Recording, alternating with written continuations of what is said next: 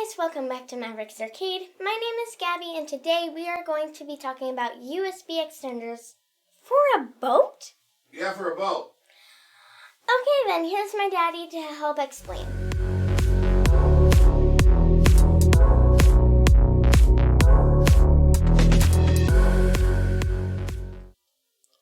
So that was my daughter, Gabby, and my name is Chuck, and welcome back to Maverick's Arcade. Yes, she was right. Today we are discussing USB extenders for a boat or an RV. Why? Because they'll work great for our arcade.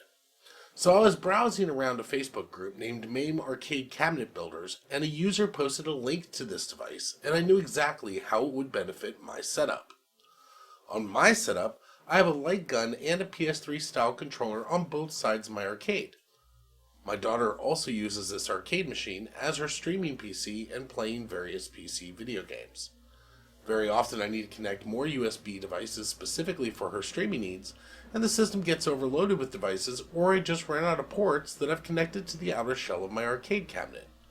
By installing these USB extenders, I'll be able to reconfigure my arcade easily for various tasks. I've previously used extension cables, but it's just not as clean of a look as the devices can be. I'm calling this video a mini mod because it's a really short video and we're just taking a moment to discuss how this device is an easy upgrade and can improve the look and functionality of our arcade. So this device here is simply a little cable, and it has two connections here, USB 3.0 and USB 3.0 in here. Now one thing I am going to do is I'm going to color one of these with a little border around it, so I can coordinate it to which ports. So here I'll have a little yellow or white line around it, and then a white line for the corresponding cable. The reason I'm doing that is I want to, for example, in the case of my light guns, I'm going to go ahead and make sure that I plug the light guns into the white port, and wherever I plug the other end of this cable is going to be where the cable was disconnected from.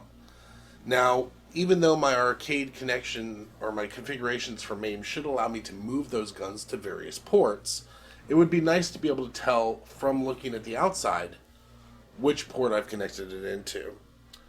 So another thing is that these, the kit comes with a couple of mounting options, and it has a couple of screws to the back so you can screw it apart just like you do currently with your arcade buttons, but it also has a cap. So you can, when you're not using the port at all, it can be a nice clean look. So another benefit of this is basically it requires the same size holes that we use for our arcade buttons anyway. So it's a quick and painless way to change around your configuration and maintain that clean look. So my question to you is, how do you think you would be able to use this functionality? Also, this video was a good excuse for me to try out this teleprompter. What do you guys think? Do you like this approach better? Also, with the teleprompter, I'll be able to have my family on these videos more and give them an option to be part of my video and not have to think on the fly of what to say. So, let me know what you guys think. Comment, like, and subscribe below. And don't forget to hit that bell for notifications of future videos. And as always, thank you for watching.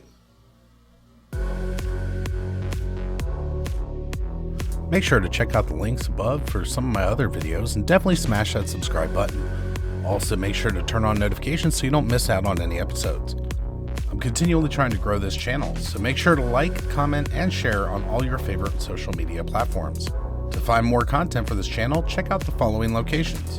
YouTube is the primary location where I publish the final versions of my how-to videos.